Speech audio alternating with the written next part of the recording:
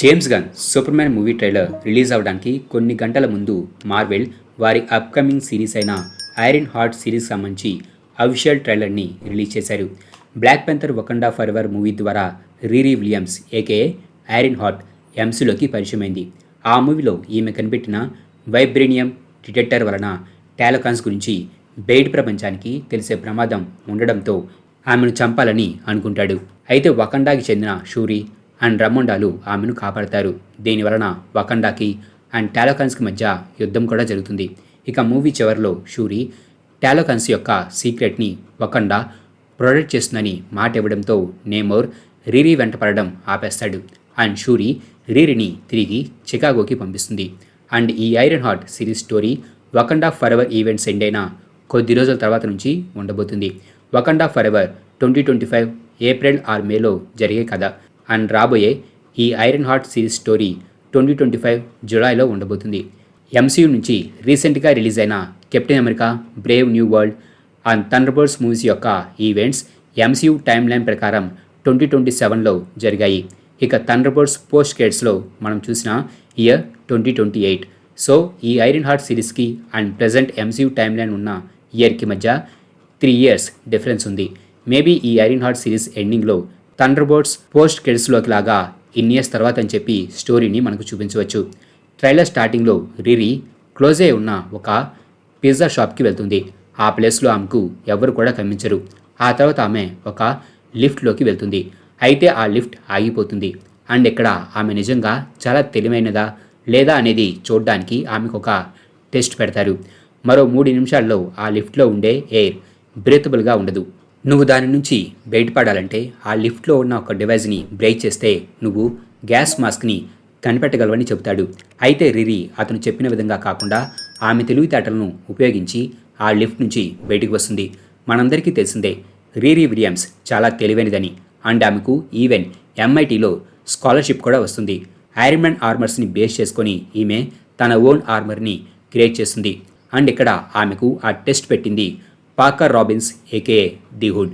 Marvel కామిక్స్లో ఇతను చైల్డ్గా ఉన్నప్పుడే ఎలక్ట్రోని ఇన్స్పిరేషన్గా తీసుకొని పెద్ద సూపర్ విలన్ అవ్వాలని కలలు కంటూ ఉంటాడు. అయితే ఒకరోజు అతను తన కజిన్తో కలిసి దొంగతనం చేయడానికి ఒక వేర్ హౌస్కి వెళ్ళినప్పుడు అక్కడ అతని మీద రెడ్ క్లోక్ వేసుకొని ఉన్న ఒక డీమన్ అటాక్ చేయడానికి ప్రయత్నిస్తుంది. అయితే రాబిన్స్ తన దగ్గరున్న గన్తో ఆ డీమన్ని కాల్చి చంపి ఆ డీమన్ దగ్గరున్న రెడ్ క్లోక్ అండ్ బూట్స్ని తీసుకుంటాడు. ఆ తర్వాత అతను వాటికి స్పెషల్ పవర్స్ ఉన్నాయని కనిపెడతాడు. ఆ బూట్స్ వలన అతను ఎయిర్లో నడవగలడు. అండ్ ఆ రెడ్ క్లాక్ వేసుకున్నప్పుడు అతను ఎంతసేపు అయితే తన ఊపిరిని హోల్డ్ చేసి ఉంచుకోగలడో అంతసేపు ఆ క్లాక్ అతన్ని ఇన్విజిబుల్ చేస్తుంది. ఆ తర్వాత వెపన్స్ని దొంగిలించి ది హుడ్గా తన క్రిమినల్ వరల్డ్ని స్టార్ట్ చేస్తాడు.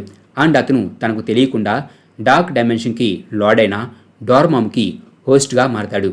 మార్వెల్ కామిక్స్లో ఈ క్యారెక్టర్ స్టోరీలో డీమన్స్, డోర్మాము అండ్ మెఫిస్టోలు కూడా ఇన్వాల్వ్ అయి ఉంటారు. అండ్ ఈ మూవీలో ది హుడ్గా యాంథనీ రామోస్ నటించాడు. అండ్ ఇప్పటివరకు ఎంసీలో మెఫిస్టో క్యారెక్టర్ కమించబోతుందంటూ ఎన్ని థీరీస్ వచ్చాయో ప్రత్యేకించి చెప్పనక్కర్లేదు. అయితే రిపోర్ట్స్ ప్రకారం ఈ సిరీస్ ద్వారా సాషా బారన్ కోహెన్ మెఫిస్టోగా ఎంసీలోకి పరిచయం అవబోతున్నాడు. మరి ఈసారన్నా ఇది జరుగుతుందా లేదా అనేది చూడాలి.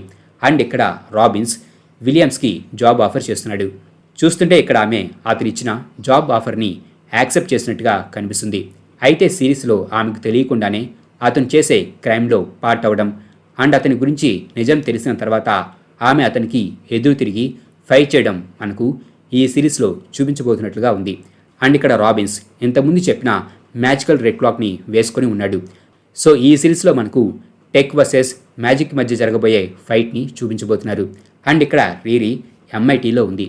అలాగే ఆమె ఏదో ప్రాజెక్ట్ మీద వర్క్ చేస్తుంది. మేబీ అది ఈ ట్రైలర్లో మనం చూసిన ఆమె యొక్క న్యూ ఐరన్ సూట్ అయిన వైట్ ఆర్మర్కి సంబంధించిన ప్రాజెక్ట్ అయి ఉండవచ్చు. ఈ ట్రైలర్లో మనకు ఈ న్యూ వైట్ ఆర్మర్తో పాటు మరొక ఆర్మర్ కూడా కనిపిస్తుంది. అండ్ ఇక్కడ విలియమ్స్తో పాటు మరొక వ్యక్తి కూడా ఉన్నాడు. ఇతని నేమ్ వచ్చేసి ఎంఐటీ లియేసన్.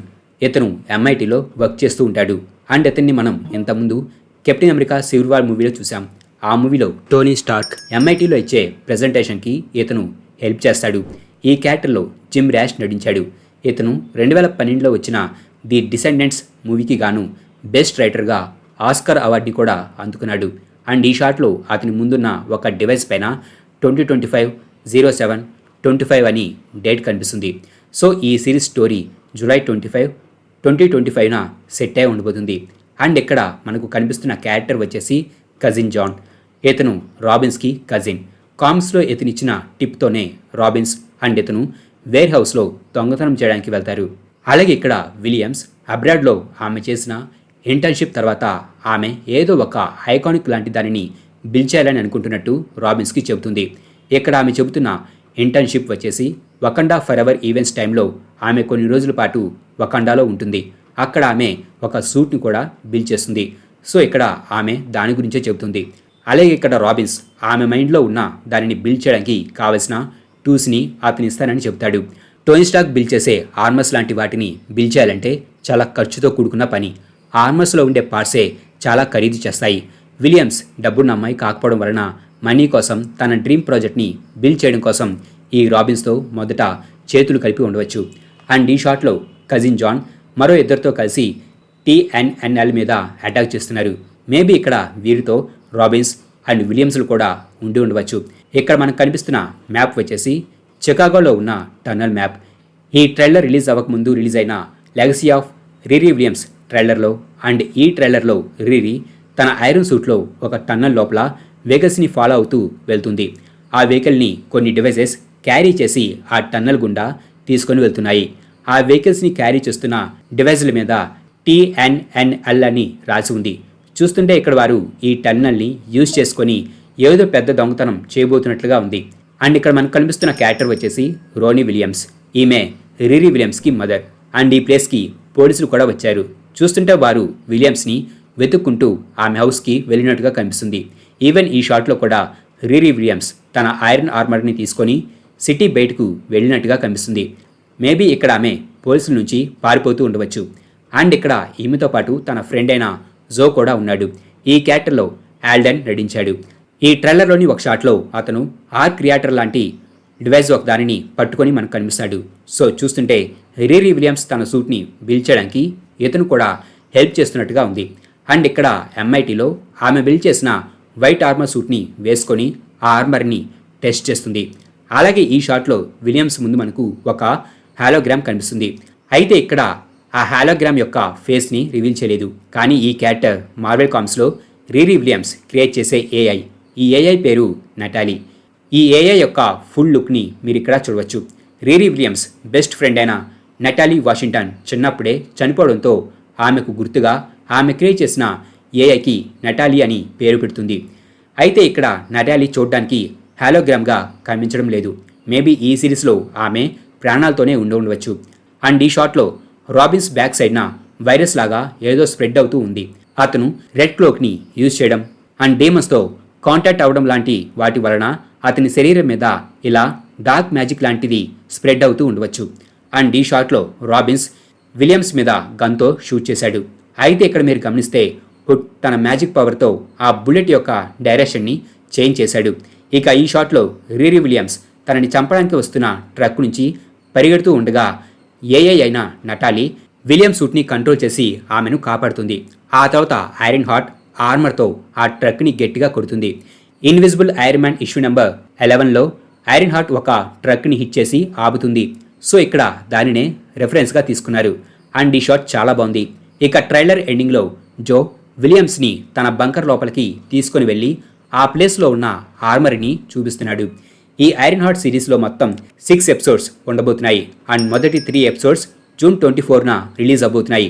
ఎపిసోడ్ 4 జూలై 1న, ఎపిసోడ్ 5 జూలై 8న అండ్ ఎపిసోడ్ 6 జూలై 15న రిలీజ్ అవబోతున్నాయి. మరి ఈ ట్రైలర్ ఎలా ఉందని మీరు అనుకుంటున్నారో కింద కామెంట్స్లో రాయండి. మా ఈ వీడియో మీకు నచ్చినట్లయితే ప్లీజ్ లైక్ చేయండి, షేర్ చేయండి. మా ఛానల్ని మీరు ఇంకా సబ్స్క్రైబ్ చేసుకున్నట్లయితే ప్లీజ్ మా ఛానల్ని సబ్స్క్రైబ్ చేసుకోండి. అలాగే మా వీడియోస్ నోటిఫికేషన్ రూపంలో మీకు ఎప్పటికప్పుడు అప్డేట్స్గా రావాలంటే పక్కనున్న బెల్ ఐకాన్ క్లిక్ చేయండి.